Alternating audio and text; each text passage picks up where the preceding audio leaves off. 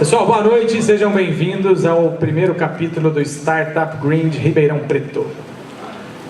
Bom, antes de mais nada, isso aqui é para ser uma coisa descontraída, então quem quiser, logicamente respeitando o silêncio, né, levantar e pegar um chopp, comer um amendoim de boca fechada, porque senão faz barulho, fique à vontade, viu? Bom, primeiramente, o que é o Startup Grind? Startup Grind é uma comunidade de empreendedores que existe hoje em mais de 250 países, 250 cidades, perdão, e conecta mais de 1 milhão de empreendedores, né? A ideia da Startup Grind é incentivar, ensinar e conectar empreendedores. Os valores que a gente tem na Startup Grind por todo o mundo, primeiro você ajudar os outros, né? Fazer amigos e não contatos, né? E doar mais do que receber, né? Então isso é uma premissa. A gente vive numa comunidade que tem que se evoluir, então a gente tem mais que doar um pouco para receber de troca alguma coisa, né? Vou dar um exemplo que eu não segui isso, né? Eu tinha um vizinho que tinha um mercadinho lá perto da minha casa, eu passava lá todo dia e aí eu sabia que tinha alguma coisa errada no mercadinho do cara. Falei, pô, ele tá fazendo isso aqui errado, que se fosse na minha empresa eu não faria assim. Aí ia com meu pai, o pai falava, pô, isso aqui tá errado e tal. E eu não falei pro cara, meu pai não falou pro cara, muitas outras pessoas também não falaram pro cara que ele tava fazendo errado. Resultado, o cara fechou.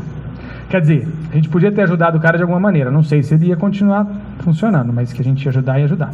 Para vocês terem uma ideia, hoje está acontecendo isso aqui em 17 cidades por todo mundo. Todo dia tem um Startup Grind acontecendo. Bom, para isso eu convidei 2 pessoas para inaugurar o nosso Startup Grind. Peguei uma colinha aqui para ler o currículo deles, que é extenso e muito bom. Geraldo Martins, carreira internacional e com experiência de executivo e de consultor de empresas familiares e multinacionais. É hoje diretor executivo da NM Brasil, mentor do Founder Institute Brasil e do Startup Grind, e membro do BNI Alliance. Tanto envolvimento com empreendedorismo tornou-lhe um grande estrategista em inovação, gestão em RH e especialista em fusões e aquisições de empresas, headhunter e palestrante nas horas vagas. O Geraldo vai conversar aqui na frente com vocês com o Cleiton Guimarães. Cleiton é engenheiro de formação, empreendedor por vocação, envolvido pelo empreendedorismo desde os 18 anos, fez graduação sanduíche na Escola Politécnica de Montreal, no Canadá.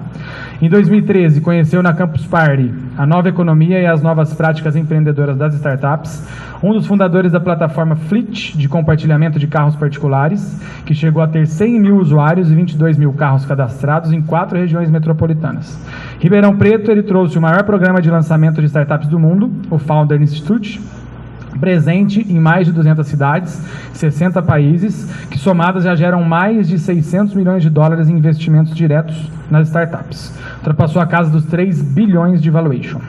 Hoje, além de diretor do Founder Institute de Ribeirão, é head de operações na aceleradora Sevna, presente na Supera Park, e advisor investidor de startups. Eles vão aqui discutir com vocês. Não basta ter uma grande ideia para ter um grande negócio. Uma salva de palmas. Cleiton e Geraldo. Boa noite a todos. Bom, já me apresentou, Geraldo Martins. Bom, é um prazer estar com vocês aqui essa noite, com toda a chuva que caiu lá, caiu o mundo, né? Uma vez perguntaram para mim, há pouco tempo, né? O que é poder? E poder, para mim, é as pessoas virem te ver, mesmo não podendo vir. Então, nós temos casos aqui de pessoas que se esforçaram, além do normal, para estar aqui conosco. Então, eu peço que vocês torçam pela gente, para que a gente possa transmitir alguma coisa bem bacana, né?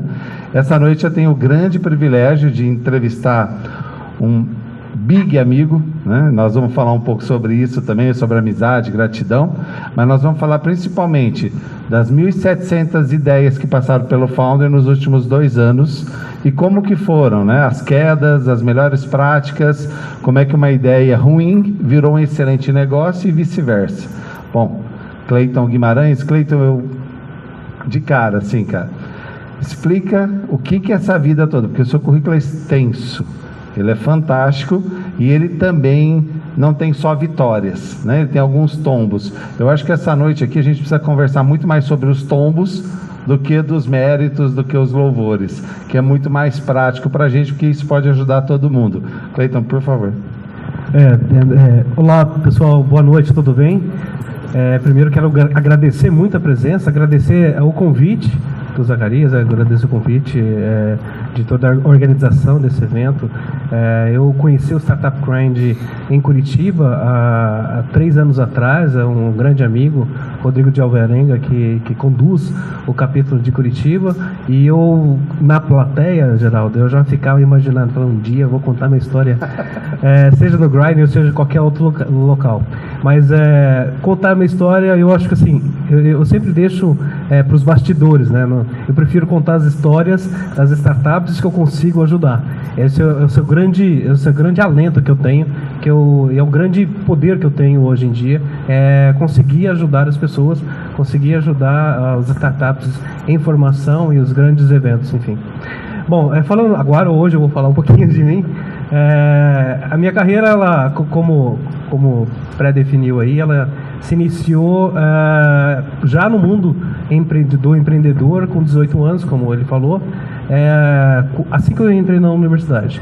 Eu já tinha um viés, eu já tinha interesses em pensar, em entregar novos mecanismos, novos produtos, algo que fosse realmente impactante para a sociedade já aos 18 anos. Só que eu não tinha preparo nenhum. Eu não sabia como começar, como fazer, o que entregar, enfim. Quando eu entrei na universidade, eu fiz a Universidade de São Paulo, e ao invés de eu me aprofundar em relação ao mundo do empreendedorismo, ao mundo das grandes ideias, das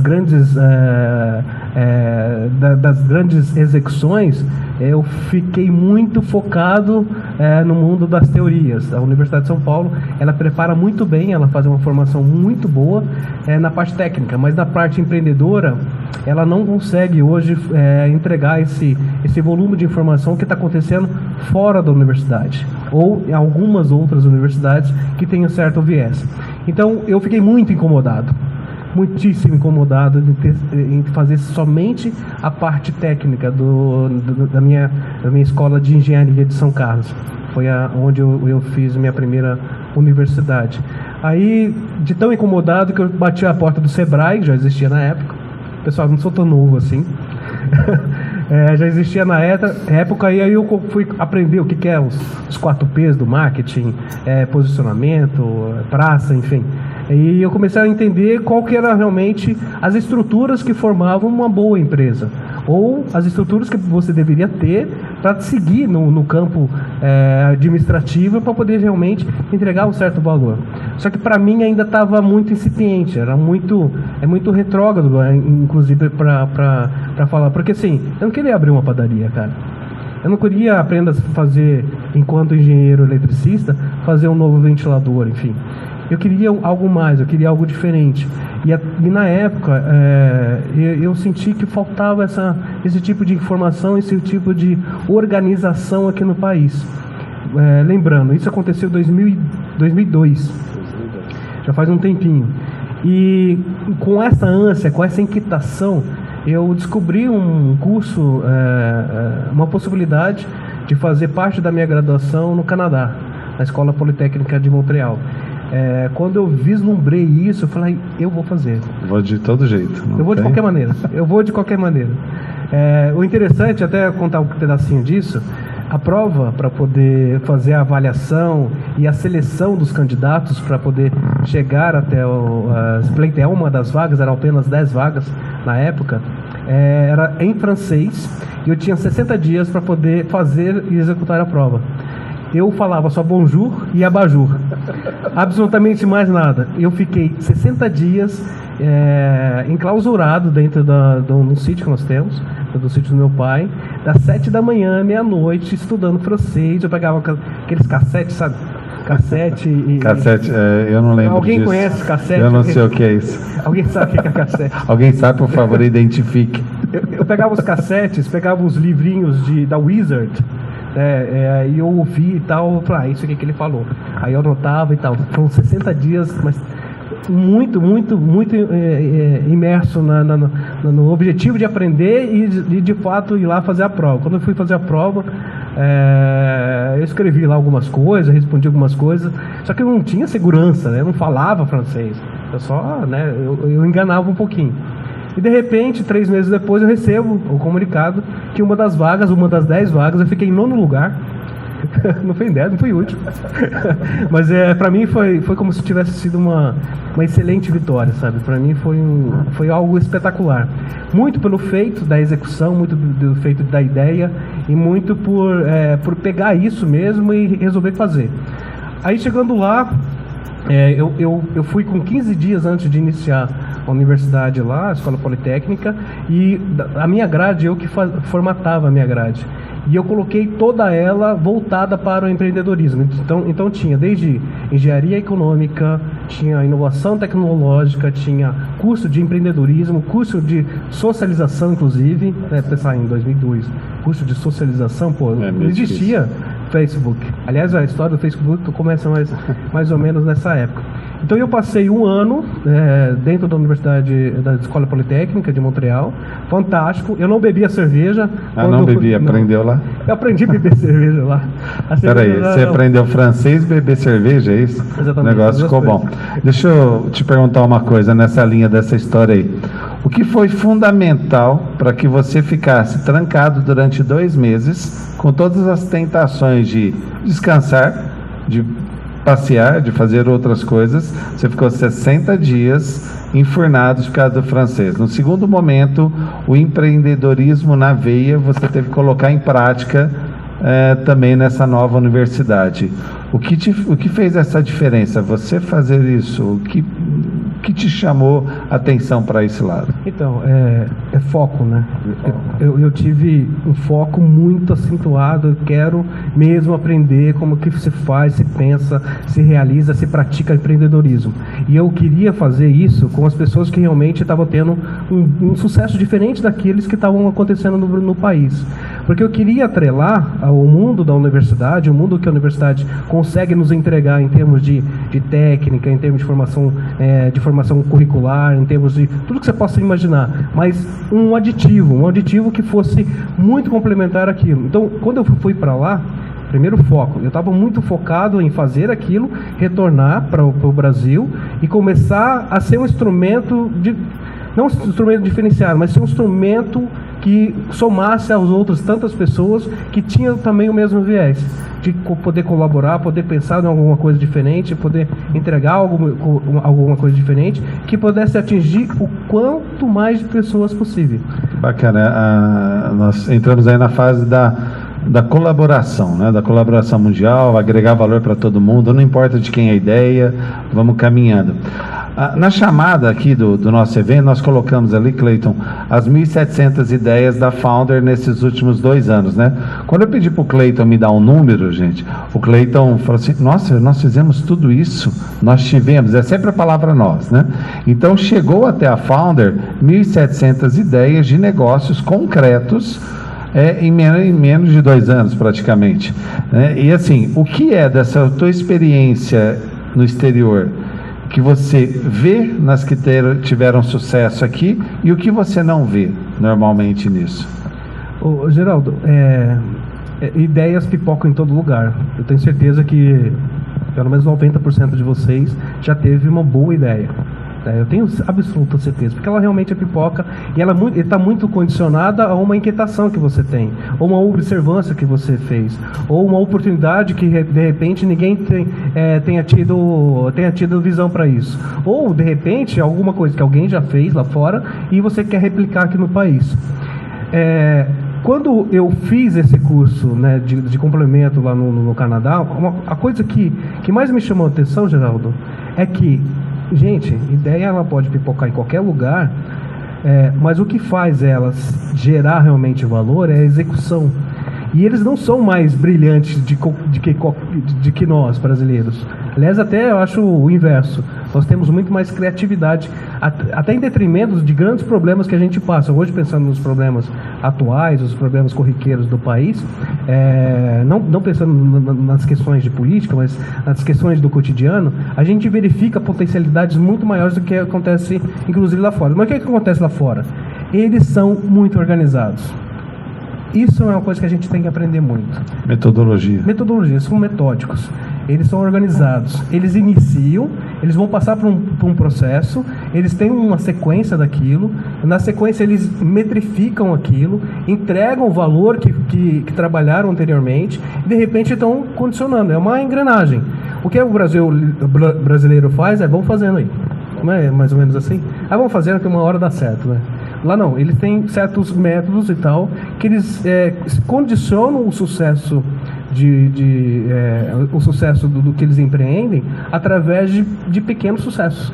Pô, eu cheguei até esse ponto, aí agora eu vou me organizar novamente, vou para um próximo ponto, eu organizo novamente, próximo ponto. Quando eu voltei para o Brasil, eu estava muito vidrado em poder ajudar já, gente, eu estava com 24, 25 anos, poder ajudar muito a sociedade como um todo, a universidade como um todo. Primeiro, eu me aventurei a escrever artigos científicos para falar como as coordenadorias de curso de engenharia deveriam ensinar engenharia. Olha que atrevimento, né? Por quê? Porque, eu recebi um curso de formação muito legal no Canadá e de repente eu estava tentando replicar aquilo. Aí eu escrevi vários artigos, se vocês procurarem, tem vários artigos meus aí escritos sobre ensino e empreendedorismo nas universidades, incubadora de empresas. Gente, eu pensava em incubadora de empresas em 2004 aqui no país. Incubadores de empresas, empresas juniores, que é o que a gente tinha até então. Eu não tinha ouvido falar sobre a palavra startup até então. Tá. E eu voltei para cá e falei, bom, eu estava no meu processo, né? Tinha mais 6 meses de universidade para terminar o meu curso, e eu fui para a indústria. Foi onde eu conheci esse cara aqui, 2004. Esse cara aqui, entendeu, né? E foi fantástico, assim, e eu estava muito inquieto. O meu objetivo não era entrar na indústria, ainda que fosse, mas era poder contribuir, que é aquilo que eu vinha trazendo. Só que de uma forma muito teórica, eu precisava de prática, eu precisava pensar, eu precisava realizar, eu precisava de fato ir para o front, como se diz, né? Aí eu fiquei 3 anos, né? Logo depois eu entrei na Brastemp Consul, aqui de Rio Claro. O Geraldo, pode contar isso? O Geraldo era o gestor de RH dessa unidade de Rio Claro. E eu passei pelas mãos dele. Foi muito interessante, pessoal, que ele... Ó, isso aqui é uma entrevista. Eu que pergunto, não é para você contar da minha vida. Fica à vontade. Esse pedacinho eu quero falar. Mas é interessante assim, acho que tinha uns 40, 50 pessoas da mesma faixa etária minha e tal, e todo mundo querendo uma vaga dentro da indústria, da Brastemp Consul, que na época chamava Multibras. Foram selecionados 5, eu era um desses 5. Só que esse cara aqui falou assim, ó, eu te selecionei, só que é o seguinte... eu quero te acompanhar, em 1 mês eu quero você fora daqui, porque se você deslizar, você não vai estar com a gente mais. Bom, pessoal, eu fiquei lá 3 anos mais, só que assim, e foi um aprendizado fantástico. Eu só estou fazendo um link de todo esse empreendedorismo, porque o empreendedorismo também está está muito na indústria, está muito nas pessoas, está muito no intraempreendedorismo, e eu pude exercitar muito desse intraempreendedorismo dentro da indústria. E aconteceu algo que meu pai falou, eu quero fazer uma formação de uma empresa, tem uma oportunidade aqui em Minas Gerais, e eu quero que você venha para cá. Aí eu estava muito relutante para poder ajudá-lo, né, e abrir uma empresa. Aí sim, né, o lombo foi forte, porque assim, eu saí da Brastemp para poder empreender junto com meu pai em 2006, 2007. A gente fez levantamento de grana no banco, 400 mil reais, eu lembro direito. O que a gente fazia? A gente era um trade, a gente pegava o dinheiro do Banco Interamericano, do BID, né, Banco Interamericano de Desenvolvimento, a gente tratava esse dinheiro, a gente oferecia para empresas como Gerdau, White Martins, que fazia a venda do fundo protótipo de carbono. Então a gente fazia o lance da venda de protótipo de carbono, do crédito de carbono. A gente fez isso por 6 meses e estava indo super bem, Geraldo. Estava indo bem legal, assim. Meu pai estava executando, que entendia bem de agronomia. Aí eu estou contando isso por causa da parte prática. E eu estava assessorando ele nas questões de finanças, enfim, tudo que vocês possam imaginar, que compõe realmente uma empresa. Com 6 meses de empresa aberta, meu pai vem a falecer. Aí eu tenho 400 mil reais de dívida. eu encarei como dívida, porque assim, num momento abrupto como esse, eu não tinha mais chão, porque meu pai era meu pai, era tudo para mim. Aí de repente eu não tinha mais ele do lado para poder conduzir uma empresa nascente e que necessariamente precisava dar uma sequência. E eu não sabia o que fazer, pessoal. Aí é muito difícil, aquelas horas da vida da gente que a gente fala, e agora? Eu acho que alguns de vocês devem ter passado por uma situação semelhante, ou uma situação que tem um histórico. É uma situação que o mundo faz assim contigo, né? Ele bota a mão em cima, aí a gente sente o peso realmente da responsabilidade, mas assim, vamos engolir, vamos em frente, vamos botar esse negócio para trabalhar. Eu fiquei na empresa, eu rodei ela mais 3 anos, uma dificuldade imensa, porque eu não conhecia tão bem assim do mundo do agro. Eu tive que aprender, eu fiz uma faculdade de agronomia fora da faculdade, para poder entender sobre tudo, sobre o plantio de eucalipto, o plantio de pinos, enfim. Eu tive que aprender tudo do zero, praticamente, porque quem fazia era o meu pai. Em 2009, a tal história da marolinha que o Lula falava, que a crise dos Estados Unidos vai chegar no Brasil só com uma marolinha, para mim, gente, foi um tsunami. Me arrebentou forte, assim. Por quê? Porque a gente fazia a venda do crédito carbono para as indústrias que faziam o fomento de aço. E na época, o aço, que é um commodity, ele caiu de preço 70%. O aço vendido do mundo não era mais o brasileiro, era o chinês. E com isso, eu perdi todos os contratos. E não tinha rescisão de contrato, eu era a garantia da entrega. Com a perda desses contratos, eu não tinha para onde colocar o barco mais, não tinha o que fazer. Então, eu vou fazer o que agora? E aí a questão de todo empreendedor passa pelas dificuldades, né?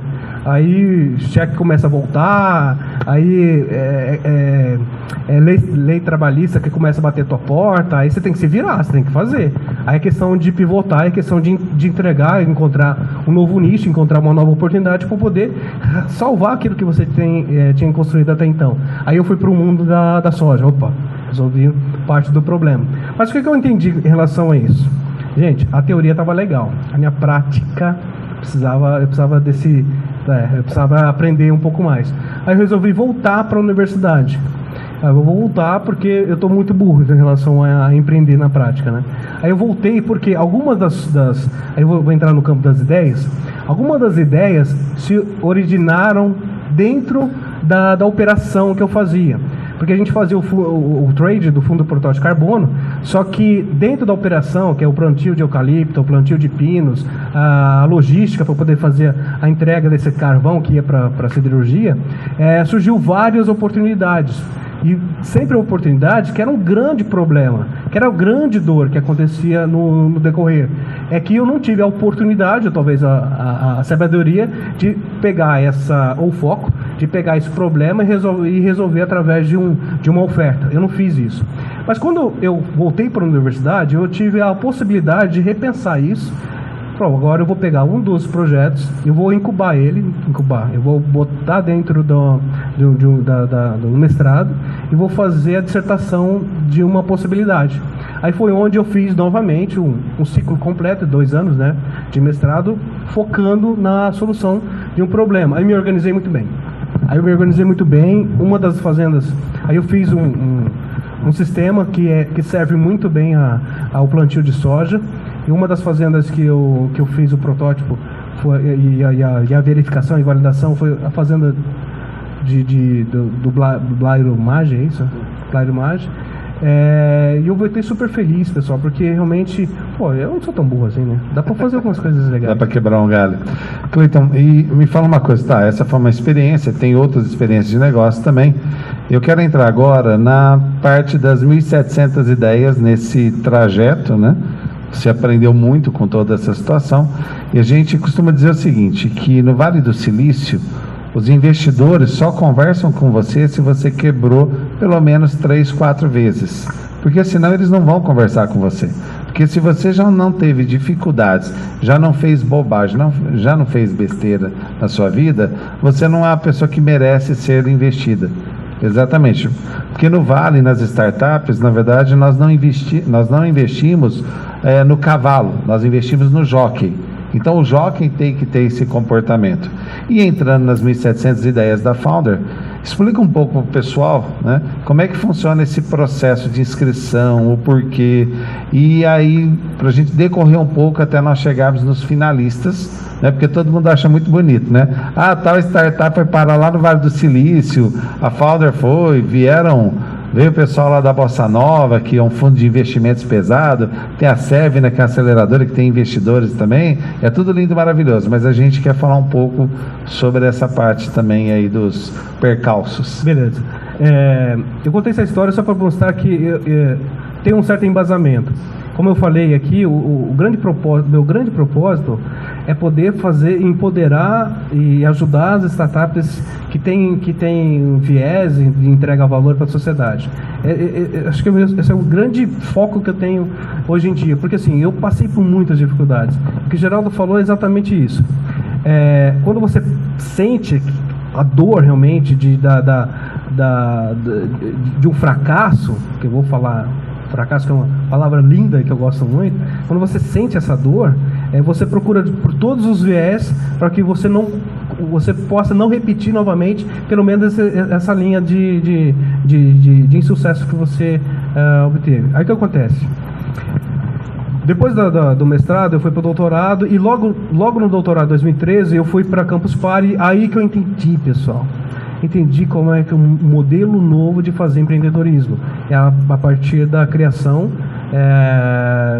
de uma economia que fosse de fato criativa e fosse colaborativa. Aí eu fundei uma startup com outros 2 amigos também da universidade, e eu voltei para Ribeirão justamente para poder jogar e poder criar ou participar de um ecossistema que fosse pungente. E eu acho que Ribeirão tem todas as condições do mundo para isso, porque a gente tem grandes pessoas aqui, a gente tem grandes pessoas com grandes ideias, a gente tem grandes pessoas com grandes ideias e boas executoras. A gente tem um parque tecnológico que é a Supera aqui, que abocanha todas as pessoas, recebe todas as pessoas de braços abertos para que elas consigam evoluir em relação aos seus projetos, suas iniciativas. E quando nós trouxemos no ano passado o Founder Institute, por que nós trouxemos e por que o Founder Institute? Quando eu passei por um programa de aceleração também, chamado Plug and Play, que fica numa cidade pequena do Vale do Silício, chamada Sunnyvale. E lá eu fiquei muito em contato com esse turbilhão de fazer as coisas, realizar as coisas, porque, gente, lá tem, como o Ricardo Jeromel trouxe pra gente semana passada, lá acho que 40% das pessoas que estão lá não são de lá, né? São estrangeiros. São estrangeiros. São estrangeiros, e eu era mais um dos estrangeiros. Vamos só dar um parâmetro, tá? No Brasil, nós falamos estrangeiros que acabaram de chegar há pouco tempo. No Brasil nós temos só 1%. Nos Estados Unidos inteirinhos, a média é de 13%. No Vale do Silício é 40%. Mas qual que é o impacto disso? O impacto disso é que as pessoas vão lá para poder fazer algo que diferente. Algo que realmente vai entregar valor e que vai colocar de fato na vitrine. Então, assim, as pessoas que vão para lá e com um propósito de startup e com propósito de entregar valor, elas vão com o propósito de colher resultados também. Aí nós fomos para lá, retornamos para cá, e pensando na organização, e foi onde eu tive o primeiro contato com o Founder Institute. O que ele estava fazendo no Founder? Ele estava fazendo o seguinte: ele tinha percebido que grande parte das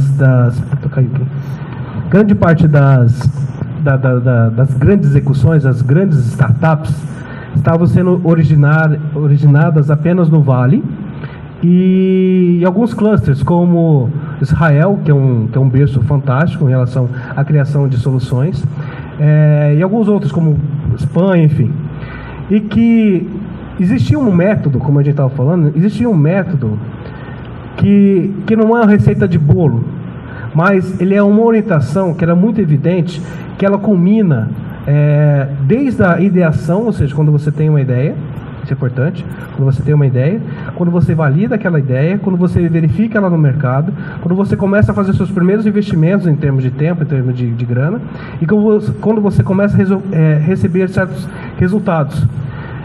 E essa não receita de bolo, mas ela é um método, e me chamou muita atenção, porque foi o que eu recebi, né, no Vale, e foi o que eu enxerguei que todas as startups que não estavam tendo sucesso, ou todas as ideias que de repente eram excelentes ideias e morriam no caminho, é porque não tinha a possibilidade e a abertura de um programa tão legal como esse.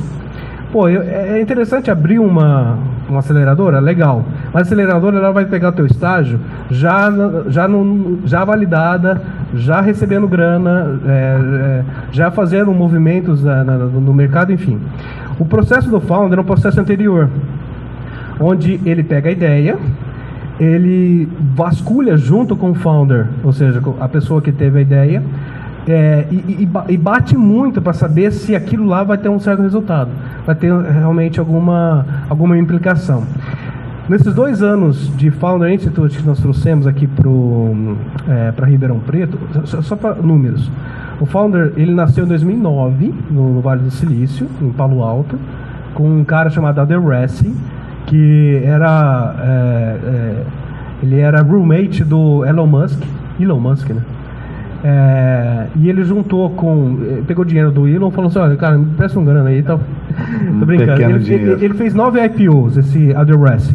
O que ele fez? Ele pegou os ensinamentos de Sid Blank, de Eric Ries, Kawasaki, entre tantos outros que a gente conhece na nossa literatura. Ele condicionou num programa que fosse eficaz, né? Ele fez validações, mas que fosse eficaz e que pudesse ser explorado por qualquer cluster ao redor do mundo. Aí o que acontece? Ele entrega essa plataforma onde tem esses cursos e tem essas orientações e provoca no sistema local, provoca no ecossistema local o surgimento de pessoas que sejam mentores, que sejam diretores, sempre especialistas em cada uma de suas áreas, que invoca essas verticais que eu falei dessa metodologia. Então são 14 semanas nos quais a cada semana a gente traz sempre 3 especialistas que passaram ou não por um processo de validação ou processo de criação de startups e que nesse movimento eles conseguem trazer uma significância muito interessante e uma visão muito clara do que, pô, cara, vai por esse caminho. Cara, não vai por esse caminho. Tipo assim, são 3 mentores por semana que vão te orientando para dizer e pontuando de uma forma muito sistemática, muito direta, pontuando para dizer, cara, trabalha assim, pensa naquilo outro. A gente tem 2 meninos aqui que passaram para o programa do Founder Institute, aqui, que estão ali, e ele é muito pesado. Por que pesado? Porque como é que se constrói, eu vou chegar nas 1.700, como é que se constrói um valor a partir do zero? Porque é exatamente isso, construir um valor para a sociedade a partir do nada. E para poder entregar valor a partir do nada, você tem que ralar muito mesmo. E quando antes do pessoal entrar, a gente faz uma captação dessas ideias, dessas pessoas, através de um formulário onde ela aplica o nome, telefone e o propósito. Nesses 2 anos de Founder, nós recebemos por volta de 1.700 inscrições. Aí você tem várias ideias, umas super legais, que a gente avalia, analisa, e tem uma prova para poder entrar. E se a pessoa não obtém o score mínimo, ela não é convidada a se juntar ao time. E várias ideias muito legais, pessoal. E que o cara acabou não entrando, porque na execução de uma prova ele acabou não entrando. Mas, e outras não tão boas assim, que a gente julga não tão boas assim, que de repente o cara entra com uma proposta super legal. Eu tenho vários exemplos, eu vou contar alguns deles. Deixa eu só te interromper para dar olhar nesse momento das inscrições, né? Então lá, 1.700 inscritas, aí tem uma grande vantagem que eu vejo, Cleito, que é assim, empresas que poderiam só dar problemas e virem a quebrar ou não crescer ou não ter a dedicação necessária, elas param no primeiro momento.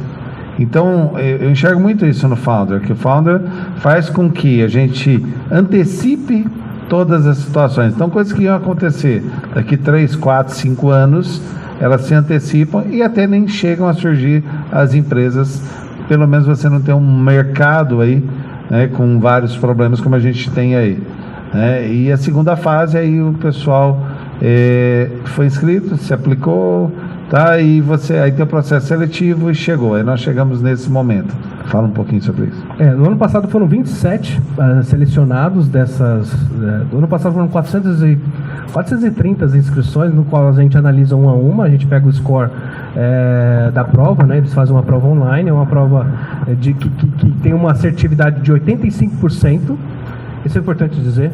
A prova online que se faz, eles já analisaram que as boas startups, porque agora nós temos histórico, as boas startups que estão aí recebendo 100 milhões, 200 milhões, estão atingindo sei lá quanto de mercado, ela está quase que condicionada diretamente aos skills empreendedores do candidato. Quando o candidato ele chega lá e ele tem score acima de 4, você pode ter certeza, qualquer projeto na mão dele vai virar. Vai virar. Se não virar, ele vai pivotar, porque ele vai encontrar a resposta daquela intenção que ele teve anteriormente. Então, no ano passado foram 27, dos quais a gente trabalhou semana a semana, só para fazer um parêntese, na semana que ele não entregar aquilo que foi proposto, ele recebe o que a gente chama de special assignment, e se ele não for não foi categórico, não entregar o valor que a gente espera, ele é retirado do programa. Por quê? Porque a gente não quer que ele perca o tempo dele.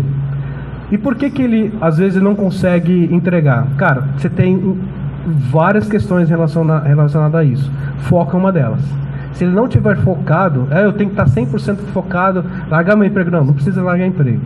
Mas o teu propósito, tem que focar no teu propósito. Isso para tudo na vida, né? É o meu exemplo de aprender francês. E a gente percebe isso, a gente analisa isso. Tanto é que a própria plataforma ela vai te dando scores do seu condicionamento, da sua evolução. E se a sua evolução não é satisfatória, a gente pede para você retornar no segundo momento. Então, no ano passado foram 27 e finalizaram 5 projetos. Dos 5 projetos, a gente elencou um, que é o do Ricardo Lemos, da CellLead, que é uma plataforma para agências de intercâmbio. E nós levamos ele lá para o Vale do Silício em maio desse ano.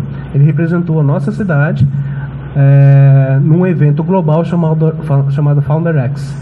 E ele apresentou para uma banca de investidores lá, e hoje ele tem como mentor o Mike, que é um mentor global aí. E tem aberto várias portas para ele. Esse ano foram 23, foram 800 inscrições, com ideias fabulosas, algumas delas.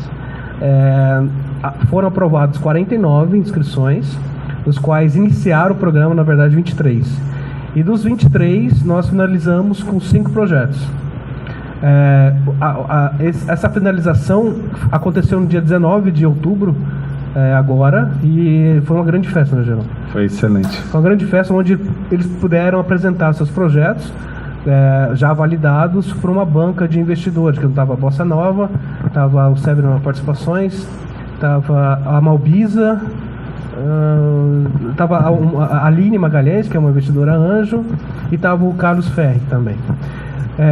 E agora, o que tem acontecido? Desses 5, a notícia boa é que dos 5, 4 estão em vias de fechar investimento.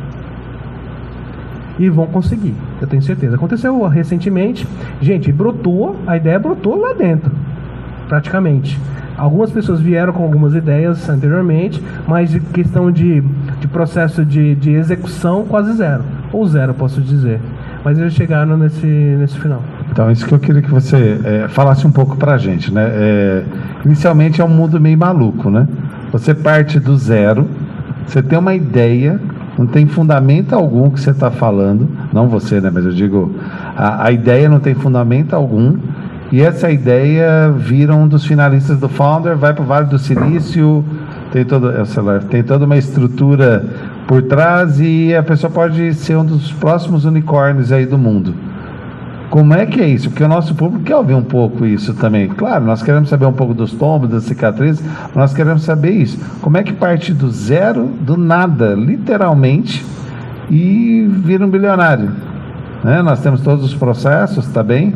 Mas, assim, o que diferencia uma pessoa que vira um bilionário no Founder? É poder de execução. Geraldo, não é porque o cara é mais inteligente. Não é o mais inteligente da turma. Não é o mais bonito. Não é o mais bonito. Não é o mais... Tem chance. Não é o mais esperto, mas é o cara que executa. O cara que faz sem medo. Eu vou trazer um exemplo. O Mirko Micali, que está ali, por favor. Levanta aí. Esse cara é um dos 5 finalistas. Ele conseguiu chegar até a final. Ele não tinha a melhor ideia, se eu posso avaliar como melhor ideia. Ele não tinha... ele não é o cara mais inteligente, nem mais um bonito. Na moral dele até acho ele razoável. Mas o que fez ele chegar na final? Ele recebeu um special assignment. Special assignment é uma tarefa quase impossível de fazer. Então, isso é importante falar, porque isso daí não é de leve. Sabe aqueles realities que vocês veem por aí e tudo mais? Multiplica por uns 10. É uma coisa impossível praticamente de resolver mesmo. Dentro de um prazo curto. Em um prazo curto, e ele com emprego, trabalhando das 8 às meia-noite. Viajando para todo lado. Viajando para todos os lados. Tendo que responder a empresa que ele trabalha e tendo esse special assignment para ele entregar. Ele tinha um prazo... Qual é o teu prazo foi? 5 dias para entregar. Quantos eram os... 2.500 acessos a uma plataforma que não existia, não tinha viés nenhum, não tinha entrega nenhuma. Ele tinha que entregar um resultado de 2.500 acessos com uma validação de 50 pedidos da plataforma dele, sem nome conhecido, sem possibilidade, nada, pessoal, é do zero. O moleque foi lá e fez. Eu falei, caramba, você fez, cara. Foi isso que levou ele para a final. E é isso, pessoal, é isso que está fazendo com que pessoas, posso falar alguns nomes? Pessoas como o Drogão, como o Savanhago, Mialik, entre tantos outros, porque tem um viés em relação a essa entrega de supermercados e de farmácia. É isso que faz com que esses grandes, esses potenciais investidores, olhem para ele, olhem para a solução dele e falem, vamos fazer, vamos realizar. Porque é isso que a gente procura, é pessoas que de fato realizam, que façam diferença. Outro dado, outra pessoa, que foi a escolhida do dia 19. Porque todo ano a gente vai escolher um para representar a nossa região lá no Vale do Silício. A outra foi a Cris Miura. A Cris, ela tem um histórico muito legal no mundo do empreendedorismo. Ela tinha uma escola o Acadêmicos, que é uma escola de redação. Então ela já tinha o meio, já tinha um embasamento. Aí ela propôs dentro do Founder, olha a ideia dela. Gente, não é ideia mega revolucionária, não. É ideia simples. E não é a melhor ideia também. A ideia dela era ter uma plataforma no qual a pessoa, o candidato ao Enem, pudesse fazer a redação e colocar nessa plataforma para que ela fosse corrigida e entregue, e como resposta feedback, entregue as pontuações, do tipo, olha, isso aqui está errado, isso aqui é legal, isso aqui não é, enfim, fazer a correção mesmo e fazer indicações de cursos para a pessoa se empoderar e melhorar sua capacidade de fazer a comunicação através de uma redação para poder concorrer ao Enem. São 7 milhões, eu vou falar um número, mas são 7 milhões de candidatos por ano, se eu não me engano. Gente, é um mercado super grande. Pô, mas é uma plataforma que pega a redação, vai lá, corrige e retorna. O que de tecnológico tem isso? Quase nada. Mas o que fez ela ganhar o negócio? Ela resolve o problema que é do candidato ao Enem, né, o candidato a uma vaga da universidade pública ou das universidades como chama? Quando você financia do FIES, e ela entrega um valor que é muito simples, é muito rápido, muito ligeiro e muito escalar. Porque se ela consegue hoje fazer uma plataforma onde ela vai corrigir 100, amanhã, com certeza, pessoal, vai ter uma técnica, vai ter um modelo de inteligência artificial que vai fazer a correção da redação automaticamente e vai entregar não para 1.000, 2.000, que é a proposta dela, os próximos 6 meses, mas vai entregar para 7 milhões de pessoas. E o que fez ela vencer? O poder de execução dela. O fato dela ser inquieta, o fato dela pegar e trabalhar dia e noite e estar incomodada, o fato de ela, enquanto professora, não conseguir entregar mais do que ela conseguia dentro do curso que ela tinha. E assim, falando de Cris Miura, né, e no Provado do Silício agora, um dos critérios de desempate, né, muito claro ali entre os mentores e os investidores que estavam durante o processo, foi um dado estatístico. A língua portuguesa é a 5ª língua mais falada do mundo. Porque você pode falar assim, né? Poxa, não pode ser, não tem que corrigir o inglês, porque aí você tem escalabilidade mundial. Não, aí chegou um dos investidores e falou, não, mas a língua portuguesa é a 5ª mais falada. Veja o universo e a língua portuguesa é uma das mais cobradas. Mas, bom, vamos lá. Vamos abrir um pouco para perguntas agora, para a gente trocar algumas ideias, porque se deixar, você já viu, né? Eu e o Cleiton, nós vamos conversando. Nós queremos agora abrir no seguinte aspecto, para a gente falar de coisas práticas. Né? Posso falar só Sim, claro, uma ideia absurda que eu contei? Opa. Porque assim, cara, no meio de 1.700 ideias aí que a gente avalia, aparece algumas doidas. Teve uma tem uma de cobra. O cara queria criar cobra para poder tirar o veneno lá e tal, fazer uma fiocruz da vida. Era uma ideia boa e tal, não é ruim. Uma outra ideia, essa é muito interessante. O cara fez aquelas cabines com temperatura controlada, umidade, sensor de umidade controlado, para poder fazer plantio de maconha. O cara aplicou lá, não, eu quero acelerar, esse negócio é legal e tal. Pô, realmente é legal, mas então assim, ideias assim não vai, aqui, agora a gente não vai conseguir aprovar, mas tem umas ideias muito bacanas que acabam chegando lá, outras nem tantos, mas a gente está lá para poder ajudar aquelas que estão chegando. Bacana. O que eu vou pedir para vocês agora? Porque nós façamos as perguntas bem objetivas, tá? Porque senão a gente consegue responder muito menos, né? Então, assim, façam uma pergunta, não contem a história toda. Eu estou falando isso porque isso é normal, tá? A gente começa a querer contar a nossa vida inteira para depois fazer a pergunta. Então, por favor, direta a pergunta para que a gente possa debater um pouco mais, ok? Cleiton. Oi. Vamos direto ao assunto.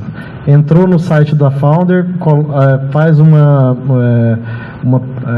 questionário ali e após isso vai vir um retorno, é isso? Ele vai fazer uma análise do seu perfil empreendedor em 5 escalas, em 5 verticais. E ele vai te dar um retorno dizendo, olha, você é agressivo, ou você é visionário, ou você é metódico, ou você, enfim, uma das 5, onde que ele vai te enxergar nessas 5 as suas grandes potencialidades e as suas potencialidades a serem desenvolvidas. O que a plataforma busca é dar um score único, né, uma nota única de 0 a 5, e esse resultado de 0 a 5, de 4 a 5 você já está dentro. De 3,5 a 4 a gente vai analisar você. Mas o interessante é que a gente tem acesso, agora que o pessoal está sabendo, a gente tem acesso a quais são todos os seus skills empreendedores, e a gente analisa nesses skills empreendedores um link com a tua proposta. Pô, mas não tem proposta nenhuma ali. Putz, então você vai ter um grauzinho a menos para poder entrar dentro do programa. Mas é isso, a gente entra no fi.co. Hoje não está aberto porque a gente acabou de fechar o BET desse ano. A gente deve abrir em fevereiro do ano que vem. Mas assim, só aproveitando a pergunta, esse é o único caminho que existe? Lógico que não. A gente tem 3 caminhos aqui em Ribeirão Preto para pensar em startups. O primeiro caminho, e eu faço uma evolução desses caminhos. Nós temos o Parque Supera, que tem uma incubadora de empresas. Existe um processo onde você pega o teu projeto, né, e faz a aplicação. Eles vão analisar o teu projeto e as tuas características não empreendedoras, mas o teu histórico enquanto pesquisador, por exemplo. O cara fez mestrado na área de bio, ele fez doutorado na área de bio e ele pensou num fármaco, ele vai entregar isso aqui. Opa, vai ser analisado. Então a gente tem a incubadora de empresas do Sevna. O que acontece dentro dessa incubadora? Você vai lá e fica lá. Recebe treinamento? Alguns sim. Tipo, alguns treinamentos sim, mas não tem foco nenhum. O que acontece é que você tem um endereço para o seu CNPJ. Aí você vai ter acesso a linhas de fomento para você financiar o seu projeto. É muito legal para projetos de ordem acadêmica, por exemplo. Funciona muito bem. Só que eles estão abertos também a outros projetos que não sejam de ordem acadêmica. Aí você tem o Sevna Startups, onde eu sou head também. O que nós fazemos lá? Tem a aplicação que está aberta. Você aplica a sua startup, aí já não é uma ideia, onde você tem já aprovações e certas validações. A gente faz uma análise e convida para você fazer a apresentação. Aí na sua apresentação a gente vai analisar o quão você está dedicado àquilo, qual é o seu time, muito importante, e qual que é o viés, qual que é a linha de raciocínio da sua proposta. E temos o Founder Institute, que não estamos preocupados com o que você aplicou em termos de ideia, mas nós estamos preocupados com a sua execução. A gente pega, o cara tem viés para isso, o cara está compenetrado para isso, o cara está incomodado com alguma coisa, vamos chamar ele para dentro. Aí a gente prepara você com todos os mecanismos que uma aceleradora vai fazer, mas com foco principal da sua capacidade executiva. Cara, porque a gente, o Mirko e o Daniel que estão ali, eles podem falar muito bem disso, mas a gente provoca você o tempo inteiro, semana a semana. Traga isso, traga aquilo outro, faça isso, faça aquilo outro. É muito de você, da resposta de você pra gente. Da gente para você é o que a gente entrega em termos de mentores, em termos de metodologia, em termos de know-how, porque a gente tem um know-how muito grande em relação a isso. Boa noite, Cleiton. Eu quero fazer uma pergunta objetiva. No seu ponto de vista, qual que é a habilidade individual essencial para o empreendedor líder e qual que é a habilidade, vamos dizer assim, grupal, para estar em equipe, que você vê também como essencial? Eu acho que não é para startup, é para qualquer tipo de coisa, para qualquer negócio, né? Você tem que conhecer o que você está fazendo. A primeira coisa é essa, habilidade e flexibilidade para conhecer e se observar enquanto executor daquilo e dizer, cara, não estou indo na velocidade ou nas circunstâncias que eu deveria. E ser humilde para poder dizer, não estou bom nisso. Vou melhorar, vou procurar por informações, vou bater. O Chain fez isso, né? O Chain, para poder falar com não sei quem, ele dormiu no banheiro. E tem que ser isso mesmo, você tem que se provocar mesmo. Eu falo sempre uma coisa que eu faço. Eu me olho no espelho. Porque assim, tem muitas coisas da gente que só a gente sabe, né? E a gente sabe quando a gente não é bom naquilo. E se a gente acha que é bom, né? Não estamos muito bem. Se olha no espelho e se pergunta, putz, o que eu tenho que fazer? O que eu tenho que, de fato, evoluir? E ser humilde, a principal característica, pessoal. E não é para empreendedorismo, é para tudo na vida. Humildade. Humildade é o que, sabe, alavanca muita coisa. Porque o fato de ser humilde, cara, você vai abrir excelentes portas. Talvez não muitas, mas excelentes portas. Então, a primeira coisa é isso. Humildade é uma das coisas primordiais para qualquer empreendedor, principalmente na fase inicial. E não bater no peito, deixa comigo que eu já sei fazer. Não faça isso. Faça de uma forma colaborativa com as outras pessoas. A outra questão, como é que eu faço isso em termos de time? Ser líder é diferente de ser chefe, né? A gente sabe disso. E tem características na liderança que você tem que trabalhar muito bem elas. Uma coisa que o Jeromel trouxe semana passada pra gente, que eu achei fantástico, nunca entregue um produto ou um serviço, ou seja o que for, para as pessoas. Construa ele com as pessoas. O Jeromel fez isso no São Francisco Deltas. A startup tinha 2 anos, né? 2 anos de startup. E São Francisco Deltas era um clube de futebol de São Francisco, que não tinha. Ele pegou alguns investidores, levantou dinheiro, achou um CEO, foi para lá e fez. Com 2 anos de startup, que era um clube de futebol, eles venceram o campeonato dos Estados Unidos de soccer. Por quê? O cara foi muito humilde. Falou, olha, eu preciso de ajuda, eu preciso de grandes pessoas. o que ele fez? Reunir grandes mentes para poder dizer para ele o que tinha que ser feito. Não é ele o centralizador de poder. Ele distribui, então sim, isso é muito importante. E tem um viés, tem uma comunicação muito fluida com seus parceiros, com todo mundo. A tal da humildade também cabe dentro do time. A palavra humildade, a origem dela é humus. Humus é solo fértil. É onde no solo fértil você planta sementes.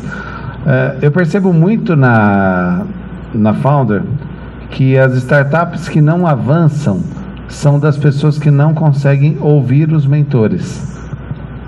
Então vamos lá, o que é um mentor? O mentor é uma pessoa que já passou por esse caminho ou que já conhece, já estudou também essa estrutura e que está num plano diferente do seu, porque ele não está com o emocional envolvido, ele pode te ajudar.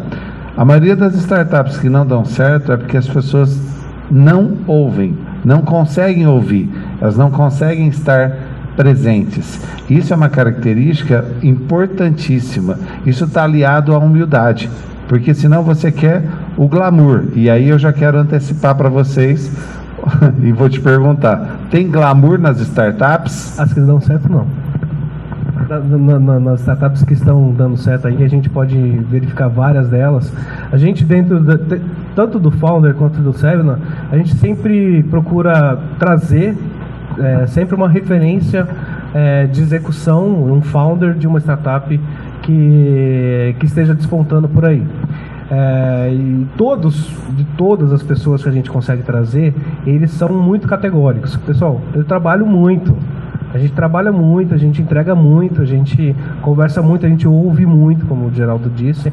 Nós trouxemos o Pedro Clivati, que é o founder da Content Tools. Content Tools é a segunda maior plataforma de conteúdos relevantes que está entregando aí para inúmeras empresas, porque hoje o processo de venda ela não está segmentado somente no PDV, né, no ponto de venda. Ela é um processo inteiro, ela faz o que a gente chama o Customer Journey, é a jornada do consumidor. E em cada jornada, em cada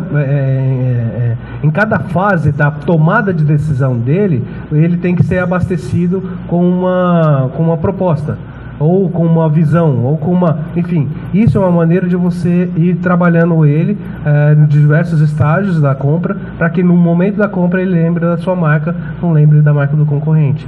Então é uma das... E a história dele é muito legal, que ele trouxe, assim como vários outros, eu vou trazer ele, que é mais recente, mas ele trouxe dizendo, pessoal, nós começamos em Florianópolis, a gente não tinha salário, cara, aí é receita de bolo. O cara começa, não tem salário, não tem perspectiva, não sabe se o investidor vai gostar, mas o negócio é poder trabalhar e executar. Isso eles fizeram muito bem. Hoje estão entregando, sei lá, para quantos grandes. Acabaram de receber um investimento, acho que de 3 mega agora. E a gente não precisa ir tão longe. A gente tem grandes executores aqui. O Daniel Abud, que também trouxe uma palestra pra gente lá, um cara que vem de um viés, vem de um aprendizado muito grande, né, que ele tinha quase 2, né, chama? É uma plataforma de venda que era concorrente do Groupon, e agora está com a Biblu. Aí, não vou falar muito mais nada, né, em relação a ele. Mas a questão de execução, e a gente tem muitos aqui em Ribeirão Preto, e a gente quer encontrar outros tantos. Muitos e muitos. Cleiton, para a gente finalizar aqui, em toda startup nós temos, ou empresas, ou na vida, nós temos pessoas diferenciadas, né? E você é uma pessoa diferenciada, por isso que nós os trouxemos aqui. E a característica essencial sua é o que eu quero que você fale para o nosso público agora. Qual é essa característica que te transforma numa pessoa diferenciada de mercado? Eu não sou diferenciado não, pessoal. Eu sou igual a qualquer pessoa, assim... O que eu tenho de talvez, não que seja diferente, mas o que eu firmo muito, que eu tenho muito gosto de fazer, é propósito. Eu tenho um propósito muito grande, é poder, lá quando eu tinha 18 anos, quando eu pensei em empreender pela primeira vez, é entregar valor para a sociedade, ser um expoente, ser alguém. Eu não gosto de aparecer, eu acho que a segunda entrevista que eu faço hoje, eu não gosto muito de aparecer não.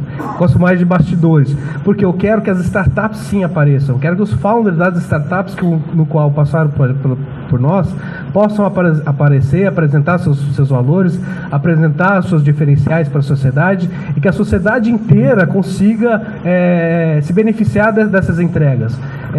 O que eu mais gosto é isso, pessoal. Assim, acho que eu vou morrer fazendo isso, não sei. Mas eu gosto muito, é por isso que eu estou dentro de uma aceleradora de startups, estou dentro do Founder Institute, eu sou advisor direto de 2 outras aqui de Ribeirão Preto, eu sou investidor de uma delas. Então, assim, o que eu quero é fazer com que as coisas que passem por mim, eu possa ser uma semente ou poder contribuir no que eu puder ou que eu não puder, mas num significado único de propósito. Cara, eu vou embarcar contigo nessa. Muito bom. Cleiton, em nome aí do Thiago Zacarias, do Startup Green de Ribeirão Preto, eu agradeço a sua presença, agradeço a presença também de todo esse público maravilhoso.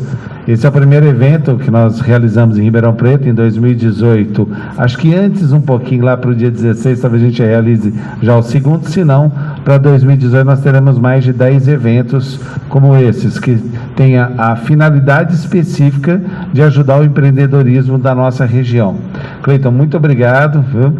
Bacana, você ajudou bastante a gente aqui e agora nós vamos para um bate-papo aí com o pessoal nos bastidores e vamos lá em frente, né? Eu agradeço, pessoal. Pessoal, assim, tenha um propósito e nunca pivote o seu propósito de vida. Siga firme no teu propósito de vida.